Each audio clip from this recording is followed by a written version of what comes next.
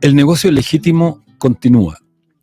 El mejor negocio al que puede aspirar cualquier individuo con sueños capitalistas es a uno que le garantice un mercado cautivo, con pocos competidores, con ingresos permanentes garantizados por ley y con pocas fluctuaciones, y que, además, cuente con la certeza de parte del Estado de que su negocio pocas veces sufrirá alteraciones, independiente de lo que opinen quienes son los supuestos demandantes o beneficiarios del negocio. En Chile, existe hace 42 años una industria parasitaria que ha gozado de todos los privilegios que cualquier otra industria ya se lo quisiera. Es el negocio de las pensiones que administran las AFP.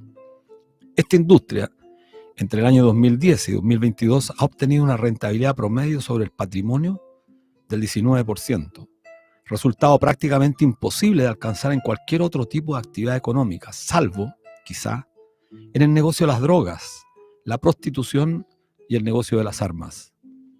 Solo en lo que va corrido del presente año, hasta septiembre, han obtenido utilidades por más de 349.365 millones de pesos, que es un 11,4% superior a igual periodo obtenido el año pasado.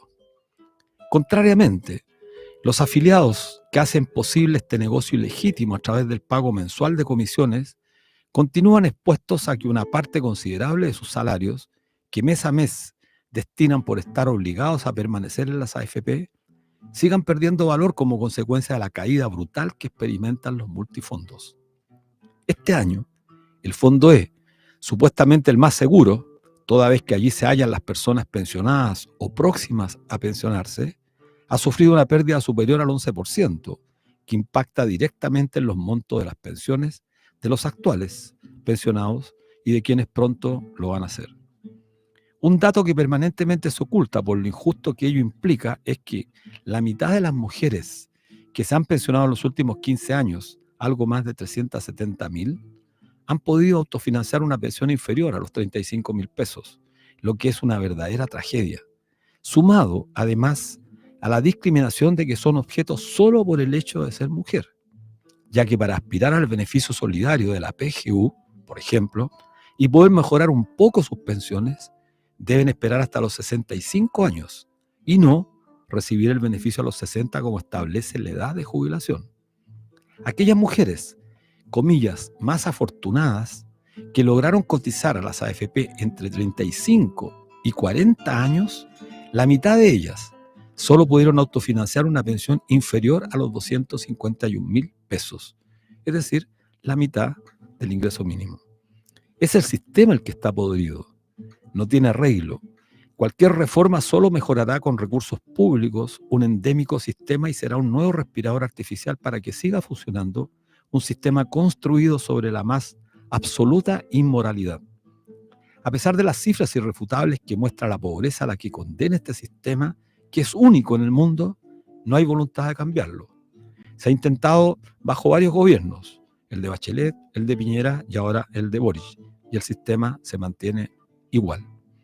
José Piñera Echeñique, la cara visible de la promulgación del decreto ley 3.500 en noviembre de 1980, que dio origen al actual sistema privado de AFP, señaló, refiriéndose al plan que fraguaron con la tiranía para apoderarse de una parte considerable de los salarios que la clase trabajadora producía y destruir la seguridad social que existía en Chile hasta ese entonces, que la privatización era la madre de todas las batallas.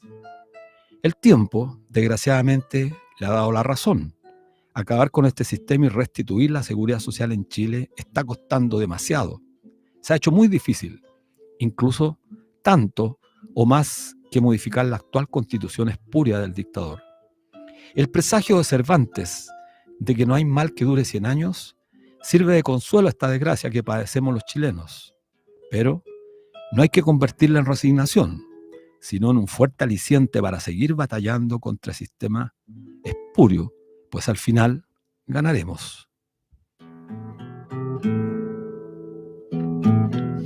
Hola amigos, amigas, ¿cómo están? Como todos los días viernes a las 16 horas en un nuevo programa de debate social aquí en la radio que piensa, en la Radio Universidad de Chile en el 102.5 FM del dial. Un nuevo programa de debate social, como siempre, y a través también de nuestra señal online y por streaming a través del fanpage @canal.social. Saludamos a quienes hacen posible esta transmisión, a Namuga, que está en este momento conmigo en la conducción, a Javier Márquez en la difusión en redes y a Patricio Núñez en los controles, y además un saludo grande a Miriam Campuzano, que aún se encuentra un poco delicada de salud. ¿Cómo estás, Ana? Acá estamos muy bien, en esta semana bastante como media accidentada con el feriado en medio, como que te corta la semana, ¿cierto? Sí, ¿No? sí, Ha mucho generado, feriado. sí, ha generado algo como algo raro. Sí, tu presentación de hoy es el dolor de cabeza de todos los jubilados, de todos los pensionados. Ese Así es. es el gran negocio, digamos, y por eso que este gran negocio sigue estando tan vigente, porque tiene capacidad de corromper, porque es tantos los recursos que reúne, tantas las utilidades que permea voluntades, parece, y quebranta voluntades. Y eso ha quedado demostrado con mucha gente que conocimos marchando con nosotros y que hoy levanta otras banderas. ¿Ya? O sea, levanta la bandera de la capitalización individual, de mantener el sistema. Es una pena porque todos los días nos encontramos con gente que sufre, que está sufriendo este sistema, que se queja, digamos, de que sus pensiones van bajando, nosotros mismos hemos visto cómo es un verdadero entramado para proteger el negocio el que tienen las AFP. Es muy complejo el sistema, y cuando uno se adentra, está la tasa de interés técnico, formas que van adquiriendo esto para que este negocio sea cada vez más jugoso y perjudicando a los pensionados. Pues son el 54% de los pensionados que se pensionan por retiro programado en estos momentos se ven perjudicados porque sus pensiones, que ya eran bajas, se ven reducidas. Así es. Bueno, esto es lamentable porque este es un tema, como bien decías tú, recurrente, que no podemos obviarlo. Y a veces uno quisiera no referirse a este tema porque ahonda el sentimiento de pesar que tiene la gran mayoría de los actuales trabajadores pasivos. ¿Ah? No hay que perder de vista que los jubilados, los pensionados, son trabajadores que cumplieron un ciclo en el proceso productivo y que hoy día son trabajadores pasivos, Y que ahorraron toda su que vida. ahorraron toda su vida, es decir, difirieron parte de su salario para que se les retornara ese salario indexado a valor presente, por supuesto indexado significa valor presente, en forma de pensión. Es que lo que ocurre es que durante tu vida laboral activa te expropian, Claro. acumulan una gigantesca cantidad de dinero como consecuencia de la expoliación que hacen brutalmente de tu salario, es decir, de tu fuerza de trabajo, de tu humanidad, para después no reintegrártela, no devolvértela como salario diferido, sino que al contrario, apropiarse y entregarte en cómodas cuotas miserables que lo único que hacen que envejecen cada vez más a los trabajadores pasivos. Por eso este sistema, si bien es cierto, estamos viendo una etapa compleja, tenemos que estar conscientes de que este va a ser quizá el detonante que va a terminar acabando con este sistema tan, yo diría, inmoral. Sí, tenemos a nuestro favor que es tan grave el daño que no cabe, o sea, tiene que haber una reacción. Tenemos que en algún momento zafarnos, digamos, de esto. Hay que combinar, yo creo, claro, a los canosos, a los sesentones, a los, porque a en los mismos Francia, pensionados. claro, en París, en Francia, En España, en España, la pelea, uh-huh, justamente la COESPE, la dan justamente los sesentones hacia arriba, setentones. No la dan los jóvenes. En Chile, la característica de la gran revuelta que generó salir a las calles por pensiones fue de niños, adolescentes, jóvenes, adultos y ancianos. Chile tuvo esa peculiaridad que fue incluso admirada y reconocida a nivel mundial. Bueno, aquí nos han llegado comentarios de amigos franceses y amigos españoles que les llamaba curiosamente la atención que en las marchas masivas de No Más AFP hubieran niños, jóvenes, estudiantes secundarios. Eso no hay en Europa. En Europa pelean los viejos. Y yo creo que también vale la pena hoy día hacer una interpelación para que los viejos, lo decimos en términos cariñosos, los adultos mayores salgan a pelear, porque hoy día a los 70 años mucha gente es relativamente joven. Es que se instala la resignación y la Claro, instalan desde fuera, claro. desde fuera, así que hay que Someterse, resignarse, claro, ya no hay caso, no hay vuelta pero que darle. Ya estoy pensionado, ¿para qué voy a pelear? No, los claro, pensionados son los que tienen que pelear más que nunca. Los claro, pensionados, los que tienen 70 años, 75, 80 años, tienen que salir a pelear. Ese es claro. el gran desafío que tenemos hoy día. No podemos Sí, pedirle a los jóvenes que luchen solamente por las pensiones, porque todavía les queda mucho, pero los jóvenes, por supuesto, que tienen que pelear, pero los más interesados son los adultos claro. Y mayores. los trabajadores, o sea, finalmente, o sea, Es que son trabajadores, yo creo, los pensionados son todos claro, son todos trabajadores trabajadores, pasivos. pero los trabajadores activos también, porque También, por el supuesto. que haya durado tanto tiempo en Chile, porque en otros países se han zafado, digamos, de esta carga, digamos, de este parásito, esta empresa parasitaria que se instala sobre los hombros de los trabajadores, pero en Chile amarraron las manos de los trabajadores con el plan laboral del 79. Claro, y Entonces, también porque hay mira, que yo creo que zafarse de el eso también. sistema cuesta que caiga, cuesta que se acabe, pero se va a acabar. Quieran o no, vamos a acabar con las AFP. Y no Claro, acaba quizás porque hay mucha corrupción en el país. Y quienes están a cargo de llevar adelante las transformaciones no las llevan porque justamente hay mucha corrupción en el país. Y a propósito de corrupción, Anita, se instaló claro, teníamos un tema que es, lo supimos hoy día, yo me enteré hoy día, pero está de moda en estos últimos 2 o 3 días. Se refiere sí, aparecen nombres que uno no había claro, escuchado antes. a Raúl Silva Carvajal, el diputado del Partido Socialista, que aparece en una denuncia que hace la radio Bio Bio, en una denuncia que es francamente increíble, el nepotismo, como aparece hoy día, además validado por el actual ministro de Justicia, que ratifica Claro, la designación, entiendo, de la hermana del diputado Francisco Leiva Carvajal en una notaría. Es bueno para nuestros auditores para señalar Raúl Leiva Carvajal, diputado del Partido Socialista, entiendo que todavía es presidente de la Comisión de Constitución de la Cámara de Diputados y Diputadas. Su hermano es actualmente notario. Su sobrino actualmente notario. Su tío actualmente notario. Y ahora su hermana notario. claro. Entonces, los auditores de la Radio Universidad de Chile, muchos de los cuales quizás tienen un familiar que estudió Derecho, con mucho esfuerzo, y que no solamente no puede alcanzar el grado de poder llegar a la notaría, sino que además ni siquiera tienen pega. Muchos abogados no tienen pega. Bueno, es bueno Yo saber, creo que quizás por el currículum, los compañeros de curso claro, de María Elena Leiva Carvajal, pero decir me- cuánto estudió, se recibió recién el año 2020. Es claro, decir, miren, los auditores, recién en el año 2020 se tituló, uno dirá en una universidad como Stanford, Harvard, ¿no? Es la o Universidad de sea, las Américas. una universidad con prestigio como la de Chile, es Claro, fuera de Oxford, la Chile, la Católica, bueno, uno diría, a lo mejor tienen muy buenos contactos, porque la Católica y la Chile tienen, pero no sé, o Le Cruje, claro, pero bueno, pero esta es una universidad que ha sido objeto de muchos cuestionamientos.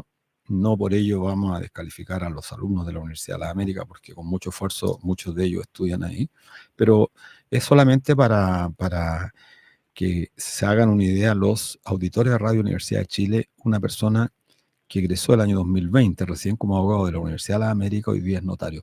Bueno, entiendo que era abogada tardía, porque creo que era mayor ya de edad, no era o una sea, adolescente. actualmente tiene 52 años, 52 años, estudió 52 años, Derecho después ya cuando estaba la vida casi acabada y mira qué consuelo.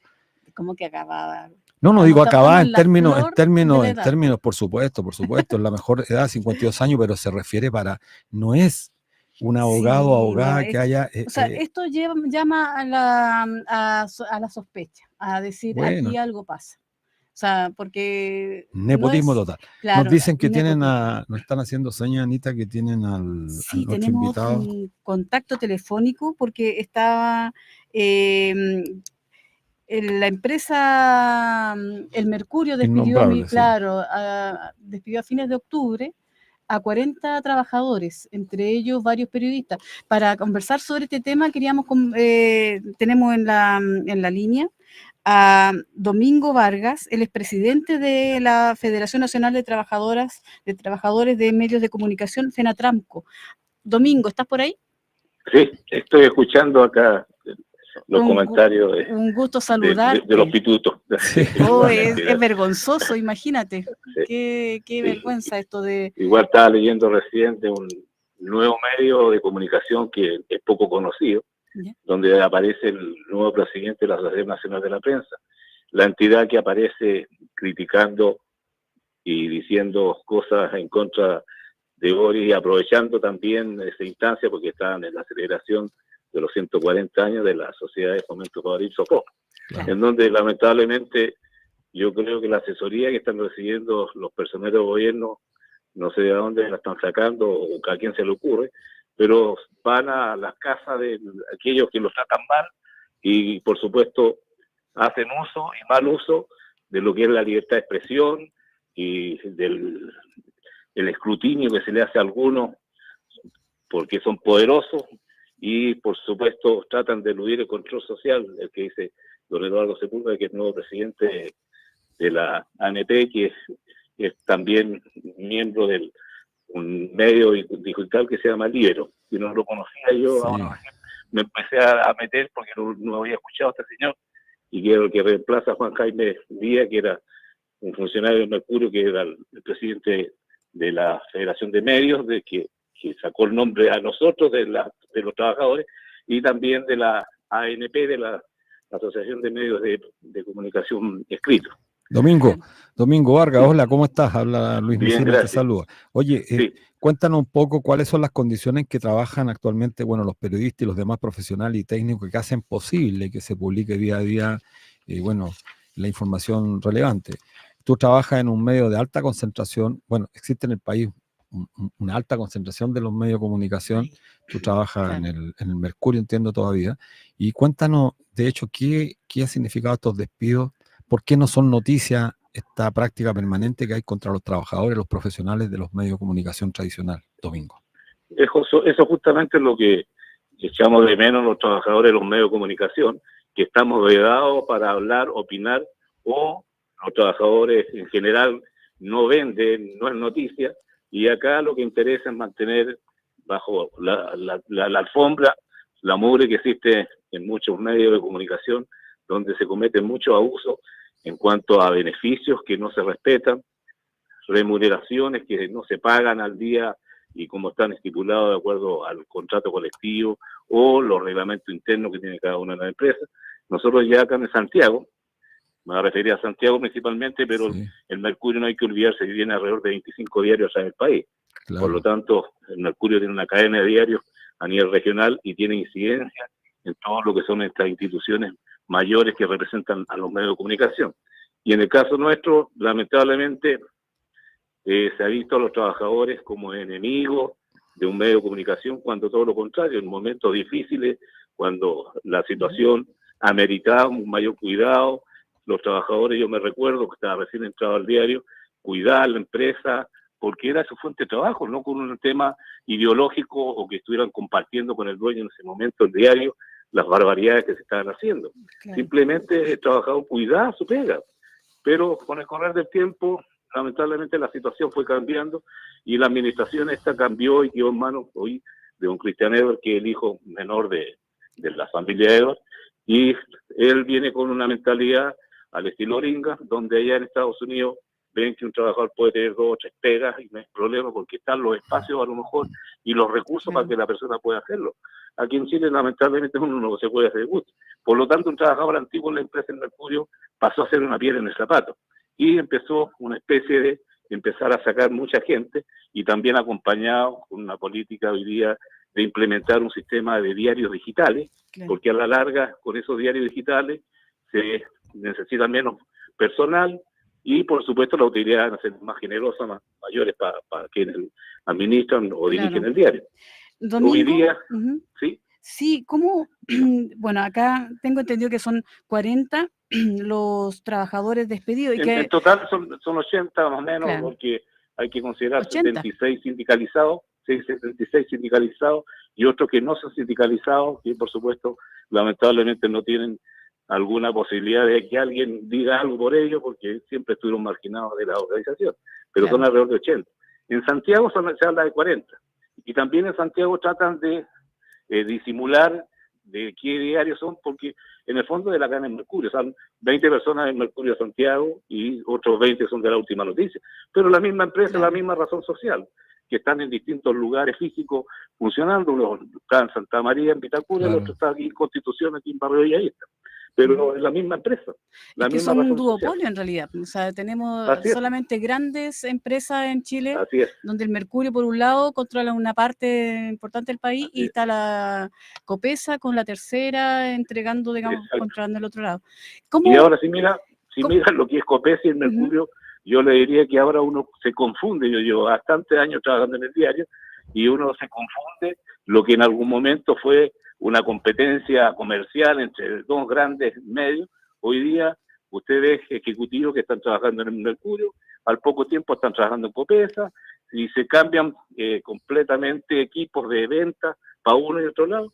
Los diarios se llevan por la misma los camiones de distribución. Hoy día se terminó eso porque hoy día se habla de que los diarios no venden, es porque el diario ha ido restringiendo la cantidad o los volúmenes de impresión que había. Si claro, usted va al centro, va a ver que los kioscos ya definitivamente muchos no están abiertos porque no tienen que vender y otros se han dedicado simplemente al cigarro, al chocolate y a claro, cualquier cosa, pero menos a lo que en el fondo era la razón de existir de los kioscos, que una cosa muy claro. distinta a lo que uno sale aquí, atraviesa la cordillera y se ve los kioscos que hay en Argentina. Llega a dar gusto ver la cantidad de medios que hay De colgados periódicos a la que venta. existen, claro. Va a Perú, igual cosa. Sin embargo, acá nos han metido y mucha gente también cae. No, es que lo que pasa es que hoy día el diario impreso ya está muriendo, el tema del diario digital, el que vive. No, si los diarios ¿No será todavía que en no muchas partes. que no se ve reflejado el trabajador común y corriente? Porque de hecho ahora estos despedidos les pasa lo mismo que a muchos trabajadores que no aparecen en ningún medio.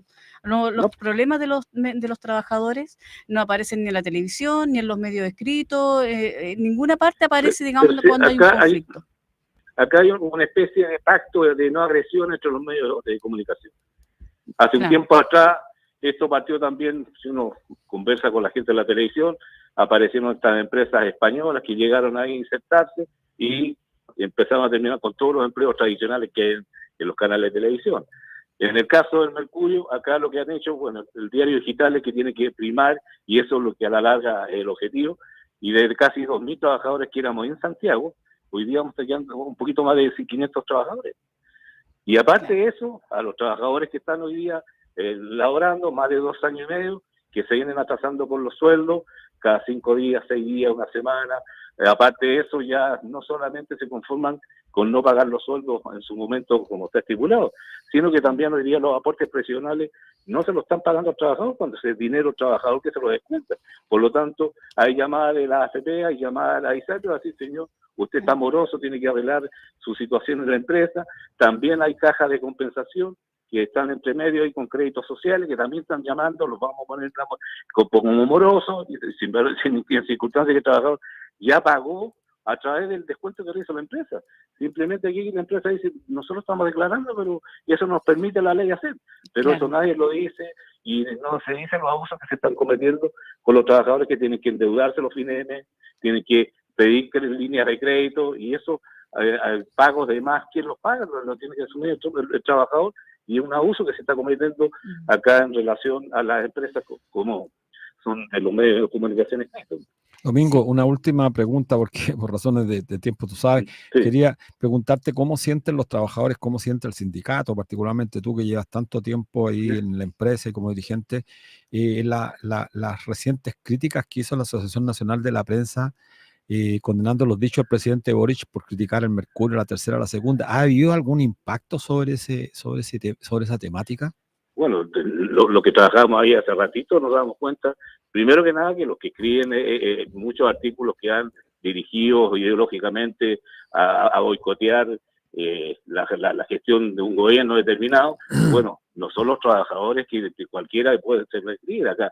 Esa labor se la da exclusivamente a gente de confianza y eso pasa porque también no hay que olvidarse que hubo también la costumbre de hacer una revisión o filtro como lo hacían antiguamente con la DINA, que pasaban primero allá y después se veía qué es lo que se iba ¿cómo se llama? A publicar. Bueno, hoy día no escribe cualquiera. Entonces, el periodista que de repente señala que tiene toda la libertad del mundo son contaditos con los dedos en las manos aquellos que puedan decir que tienen la posibilidad de decir lo que se les ocurre. pero no todos los periodistas que trabajan en la empresa hacen lo que se les ocurre. Todo eso pasa por un filtro primero. Claro, y- hay una y- línea y editorial y en esa una se línea respeta. ideal, exactamente. Y en este caso particular, acá el diario se oculta detrás de que ellos están con la libertad de expresión, pero la expresión no se da al interior de las empresas, que la No. misma Esa es pasa una con de la... las tantas falacias, porque que Así es, existe libertad de expresión cuando se está concentrado en los medios de comunicación en un solo sector de la sociedad, es que no existe la libertad de expresión. Entonces, así es. te agradecemos mucho, Sí, Domingo, y mucha mucho fuerza a Todo los lo contrario. trabajadores. Y la unidad, pues la unidad, ustedes están también, el FENATRAM Sí. también está junto con otros trabajadores Participamos ahí tratando con de... Ricardo y Sí. Adolfo, que están ahí siempre Así apoyando y acompañándolo a ustedes. En Y bueno, y Astra en representación también. nuestra. Ujú. Sí, muchas gracias, Domingo. Bueno, un abrazo Así que grande a la distancia y a toda la ojalá que tengamos organización. más posibilidades de Así seguir es, conversando por lo que pasa en supuesto. los medios de comunicación, porque este es un tema que si empezamos a mirar nos vamos a dar cuenta Así que es. también hay una Claro. corruptela de mucha plata que sale de estatal para solventar a estas empresas. Hoy día mismo se está trabajando por el tema de la Constitución. Así es. Claro. ¿Y quién paga eso? Lo dejamos ahí pendiente con Ya. con más tiempo, Domingo. Listo, Así un lo abrazo. Bacano, ni un Domingo. problema. Y muchas gracias por la invitación. Un abrazo, Gracias. que estés muy bien. Ya, gracias. Hasta luego.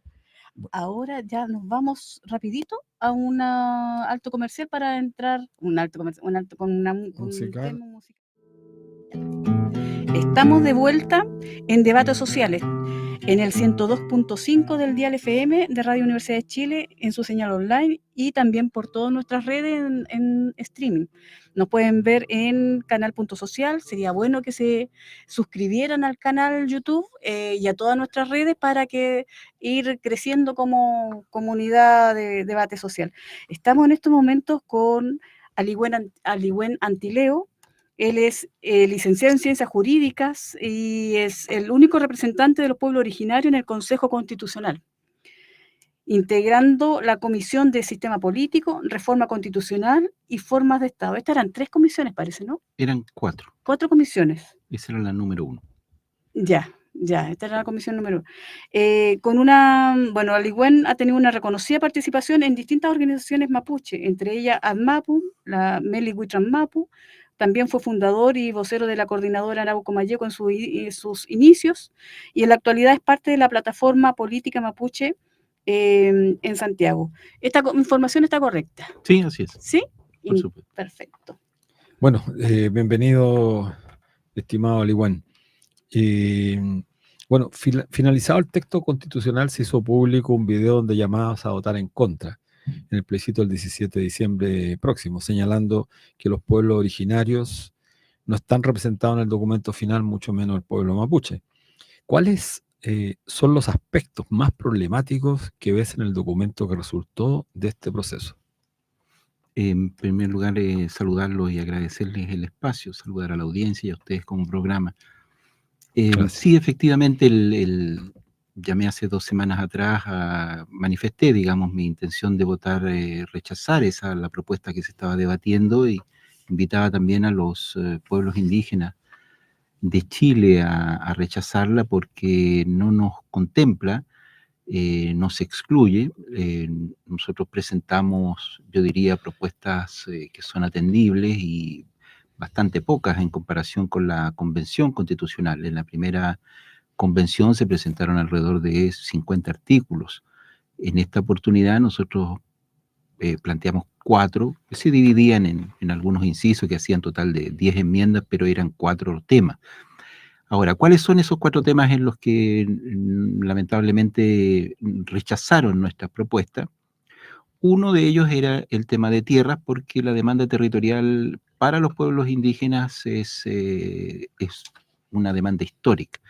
Para el pueblo mapuche también, pero esa demanda en particular está a la base de lo que ha generado o lo que se ha denominado el conflicto mapuche con particulares y con el Estado de Chile. Por lo tanto, es muy contingente, digamos. O sea, si hay tensión, si han hecho de movilización, de ocupación de tierra, recuperaciones de tierra, y también si hay violencia, eso está asociado a esta demanda territorial. Por eso que nosotros la planteábamos como un aspecto relevante, ¿ya? Y esta, en todas las modalidades que planteábamos, gradualidad, en fin, que quedara regulada por ley. Todo en esto fue rechazado.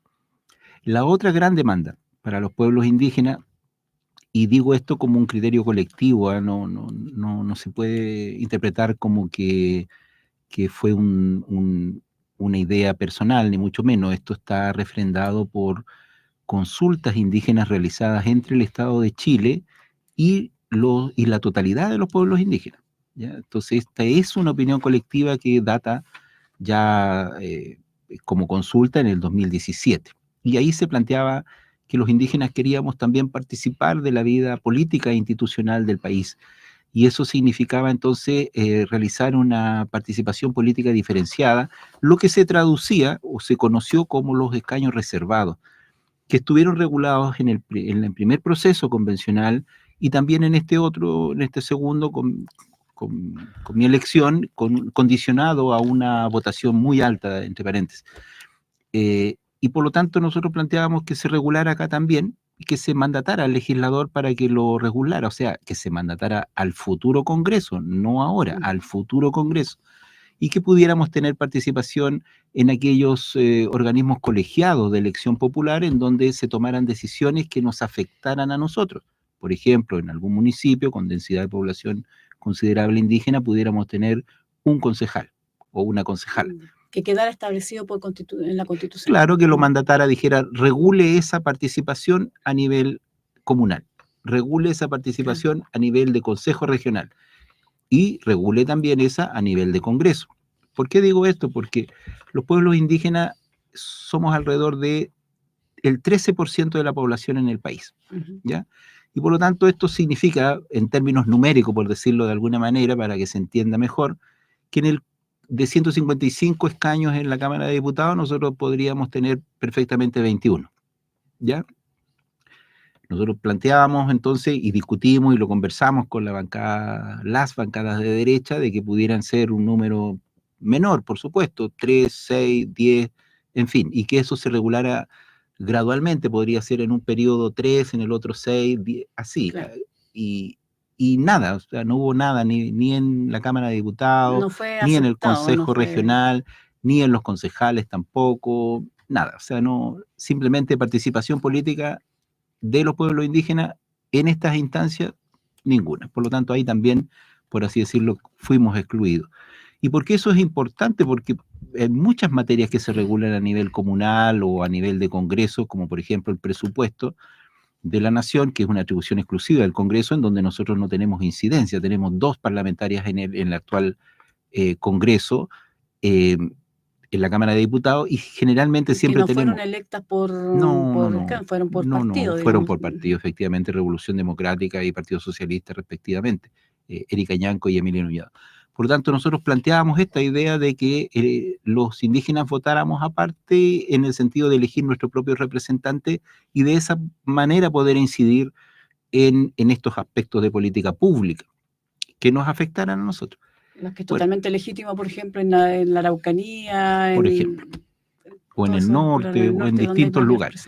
Los otros 2 aspectos. Y el otro era uno que dijera relación con el reconocimiento constitucional, pero que estuviera asociado a derechos colectivos específicos. Por ejemplo, el derecho a la identidad cultural, los derechos educativos y lingüísticos, por ejemplo, son propios de los derechos de los pueblos indígenas, están reconocidos internacionalmente, y nosotros pedíamos que, si bien hubiera un reconocimiento, estuviera asociado específicamente a algún derecho para poder que esto posteriormente se tradujera en una política pública. Y quedó simplemente como un derecho, o sea, dice que se reconoce a los pueblos indígenas como parte de la nación chilena.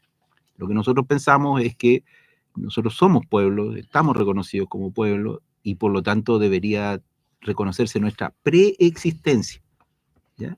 Nuestra preexistencia a la creación del Estado, lo que es por así decirlo, es un hecho histórico que absolutamente irrefutable, pero bueno, la hegemonía que tiene actualmente la derecha plantea de que, por así decirlo, Chile parte hace 200 años y por lo tanto no está contemplada esa diferenciación de pueblos distintos.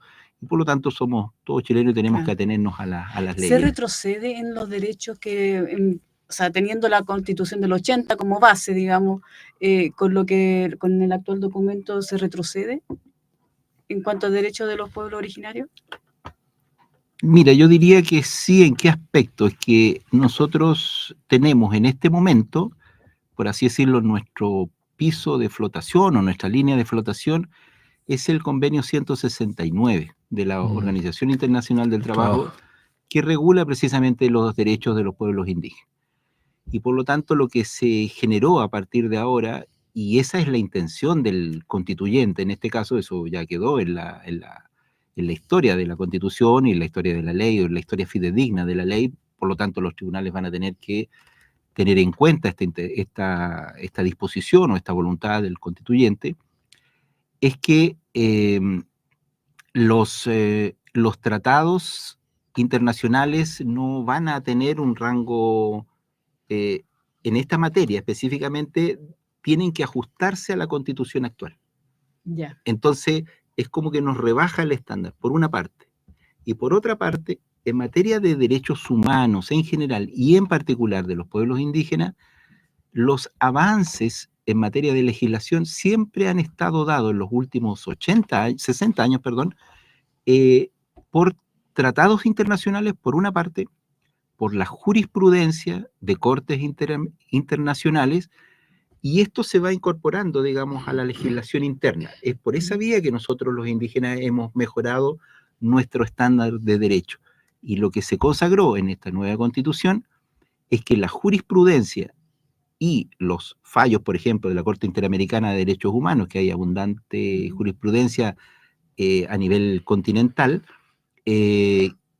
no tienen la fuerza ni la eficacia interpretativa que iban a tener antes. Por lo tanto, estos también tendrán que interpretarse, por así decirlo, caso a caso. Entonces, nos disminuye el rango y nos disminuye el estándar de interpretación, la eficacia interpretativa del Tratado 169. Ahora, yo creo que ellos llegaron hasta ahí porque no pudieron llegar más abajo, pero su intención era, a mi juicio, suprimir el alcance y la eficacia del convenio 169. Eso yo lo digo de manera categórica. O sea, la discusión para ello era, porque esto hay que entenderlo, por ejemplo, ellos se quedó plasmado en esta Constitución que este rango constitucional de los tratados es solo para los tratados de derechos humanos, no para los tratados de libre comercio, por ejemplo. Todo lo que es comercio y finanzas se mantiene como está. Pero lo que ellos querían regular y rebajar el rango era exclusivamente a los tratados de derechos humanos. Esa fue su intención. Y así va justamente en esta nueva Constitución. Por lo tanto, nos afecta a nosotros, pero también al conjunto de los tratados, por ejemplo, en beneficio de los trabajadores y otros. Entonces, desde ese punto de vista, nosotros, por eso dijimos, esta es una Constitución o una propuesta regresiva, porque a los avances que hemos logrado en los últimos 15, 20 años, retrocedemos como pueblos indígenas. Y por eso decimos, no basta una mera declaración de que está reconocido los pueblos indígenas como parte de la nación chilena, sino que queremos que se haya alguna consagración en algún derecho específico. Y eso no se logró, y por lo tanto le llamamos nosotros ahora a votar en contra de esta propuesta. Sí, Aliwan, mira, quiero plantearte un tema que puede sonar un tanto controvertido, pero durante la revuelta de octubre del 2019, algunos llamaban estallido, revuelta, rebelión, etc., hubo un hecho muy distintivo que fue recogido por la prensa nacional y la prensa mundial que caracterizó este movimiento. ¿Cuál era? Que este movimiento levantó con mucha fuerza las banderas del pueblo mapuche. Ningún partido pudo levantar sus banderas, sin embargo, el pueblo mapuche las levantó con mucha fuerza a lo largo y ancho de nuestro territorio, más que cualquier otro pueblo de nuestro país. Eso fue un sentimiento gigantesco de adhesión, de reconocimiento del pueblo al pueblo mapuche. La Constitución que se votó el 4 de septiembre pasado reconocía de alguna manera esos derechos, lo plasmó en la Constitución, toda vez, como bien dices tú, muchos representantes del pueblo mapuche estaban ahí con diversas posturas, ¿no? No había una sola voz oficial, me acuerdo, Rosa Catrileo, la compañera Yanquileo. Yanquileo, tenían posturas distintas. ¿Cómo sientes tú, Aligüen? Porque hubo muchas voces críticas también de por qué participar en este proceso, porque de antemano se sabía cuál era la línea orientadora, y la llegada tuya, que efectivamente contó con mucha votación, no se comprendía porque había claridad respecto de que el predominio de los sectores ultraderechistas de este país lo que buscaban era justamente no solamente no consagrar derechos en la nueva Carta Fundamental, sino que conculcar los que, como bien señalas tú, algunos de ellos están reconocidos en la actual Carta Fundamental. ¿Cuál fue la motivación fundamental? ¿O tenías, francamente, bueno, también una posibilidad que tenías esperanza que podías revertir el proceso? Sí, no, eso es absolutamente cierto, digamos, la contextualización. Yo diría que, primero, el auge del reconocimiento a las demandas del pueblo mapuche y de los pueblos indígenas dice, a mi juicio, relación con dos cosas. Uno, que es una demanda histórica y es de justicia histórica, por así decirlo. Yo creo que amplios sectores se identificaron con eso. Era un momento también destituyente. Destituyente de la institucionalidad, de la representación tradicional, de los símbolos, de distinta naturaleza. Realmente es por así decirlo, un estallido no se explica por una sola circunstancia. Y por lo tanto, cuando hay un momento destituyente también, la ciudadanía se aferra a símbolos, por así decirlo, de constituyente, de nueva formulación de un ideario de país. Y dentro de eso yo creo que estuvo precisamente el tema indígena, como estuvo el tema de feminismo, paritario, en fin, minorías, ecología, en fin, todas estas expresiones que surgieron, que fueron muy ricas en su diversidad. Entonces, ¿qué es lo que sucede? De que pasa este fenómeno de auge y de efervescencia social muy importante, como nunca antes la habíamos visto, pero también hay un plebiscito. Y entre el estallido y el plebiscito de septiembre, lo que se produce es más de un año, en donde hay un desgaste en la movilización por una parte, pero donde también se van sucediendo hechos y circunstancias que inciden en este resultado tan lamentable como es el del 4 de septiembre. ¿Y cuál es? Entre otros, no nos olvidemos que hubieron grupos mapuches armados que llamaron a iniciar ofensivas de sabotaje 2 o 3 meses antes.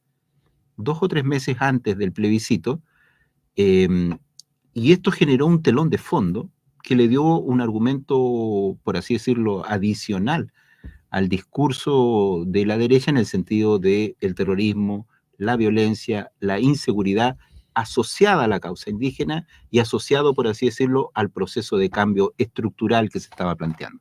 Ese es un elemento. Hubieron distorsiones, hubieron noticias falsas, evidentemente que la hubo, claro. pero también hubieron estos hechos que sí se produjeron y que yo creo que no ayudaron para nada en ese. Yo creo que había que apoyar el proceso constituyente y apoyar a aquellos convencionales que estaban, como tú bien lo señalabas, y que estaban consagrando derechos. Ahora, ¿qué es lo que sucede? Que después de septiembre tenemos un nuevo escenario en donde, y eso hay que señalarlo, que es que ni siquiera Republicanos pensaba que iba a obtener 23 escaños o 23 consejeros. ¿Y por qué digo esta cifra? Porque hay un elemento técnico que a considerar, que es que para que se aprobaran normas en la Constitución se requerían 30 votos. Por lo tanto, si Republicano, porque Republicano ahora tenía el poder de veto en el Consejo Constitucional y con la derecha tenían la abrumadora mayoría. Para aprobar todo. Claro. Entonces, ¿qué es lo que pasaba? Que por 3 votos, o sea, por 3 escaños, Republicano habría perdido su facultad de vetar y se le habría cuestionado a la derecha su hegemonía. O sea, ¿qué significa eso? Habrían tenido que negociar, habrían tenido que ponerse de acuerdo con esta otra parte. Los cálculos de Republicano, semanas antes de la elección de los consejeros, ellos apuntaban a tener entre 10 y 12 escaños, lo que era muy alto en comparación con lo que ellos tienen en el Parlamento. Prueba de eso es que a la hora que se reguló la comisión experta fueron 12 de derecha, 12 de izquierda y un republicano. Uno en esa comisión experta, de acuerdo a la proporción que tenían en el Parlamento, porque esa era su representación. Y ellos decían que queremos crecer de 10 a 12 en el Consejo. Obtuvieron 23 escaños. Y eso nos enteramos el mismo día de la elección. Entonces, efectivamente, la expectativa que nosotros teníamos era que no tuviera esa votación tan amplia a la derecha, porque generábamos entonces una correlación de fuerzas, por así decirlo, de un bloque progresista, más pueblos originarios, pudiendo con esa correlación de fuerza negociar de mejor manera. Pero efectivamente, el mismo día que nos alegramos de haber quedado, en segundos después sabíamos que la verdad que en esas condiciones iba a ser muy difícil. ¿Tenían alguna posibilidad de llegar más? Porque estabas tú compitiendo con otra persona, con otro... Así es. Con otro dirigente de pueblo originario, hermano. Eran claro, dos. Éramos dos, porque nos pusieron una barrera de votos tan alta que todos los demás pueblos desistieron de sus candidaturas porque técnicamente lo que se decía que era imposible. Sin embargo, esa fue la lectura que nosotros hicimos, equivocado o no, esa fue la lectura y nosotros pensamos que había que incidir en ese proceso. ¿Qué pensaban de los 12 bordes, digamos? Porque ese era uno de los aspectos que se rechazaban, porque ahora se habla de que el Estado Social de Derecho es una caricatura porque finalmente no contempla, no tiene sustento. Correcto. ¿Cómo lo veían ustedes? Perdón, para complementar la pregunta que te hace Ana, al igual, en la Comisión Chilena de Derechos Humanos, mucho antes de que se conformara el proceso donde los consejeros comenzaron a redactar esta carta fundamental, ya por ahí por enero y marzo lo ratificó en una declaración que señaló que lo que emanaba en ese entonces, estamos hablando a principios de año, de la comisión de expertos ya era razón suficiente para votar en contra, ¿te acuerdas? Y surgió rápidamente un movimiento absolutamente disgregado, disperso, que empezó a plantear que desde el poder constituido ya había una clara estrategia por revalidar el modelo imperante y avanzar en cuestiones pequeñas de forma tal que no se cambiara lo sustantivo. ¿Hay algo de eso que tú como representante del pueblo mapuche compartas? Sí. No, ese diagnóstico yo creo que la lectura que se hace de eso es acertado. ¿En qué sentido acertado? Que, por ejemplo, este segundo proceso constitucional estuvo, a mi juicio, regulado por y principalmente para los partidos políticos. Sí. Ese yo creo que es el sello de este segundo proceso, ¿ya?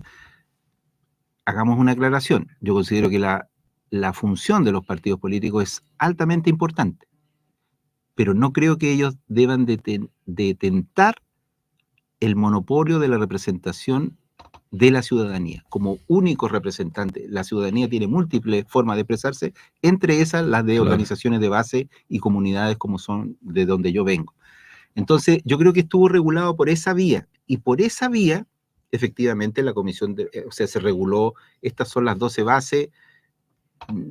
Ahí hay un aspecto técnico también que mencionar, que valida la argumentación tuya, en el sentido de que correspondía hacer una consulta indígena. Si se regulaba algo respecto a indígena, como establece el artículo 4 de las 12 bases, establece el reconocimiento constitucional, por lo tanto ahí procedía una consulta indígena, y sin embargo no quedó regulada en el Parlamento, o sea, no lo hicieron. ¿Y por qué digo eso? Porque nosotros cuando quedamos y se asumió el primer día, nosotros hicimos nuestra la argumentación que estás planteando tú, en el sentido de dijimos, si esto se mantiene así, el margen es prácticamente cero. Entonces pedimos la realización de una consulta indígena.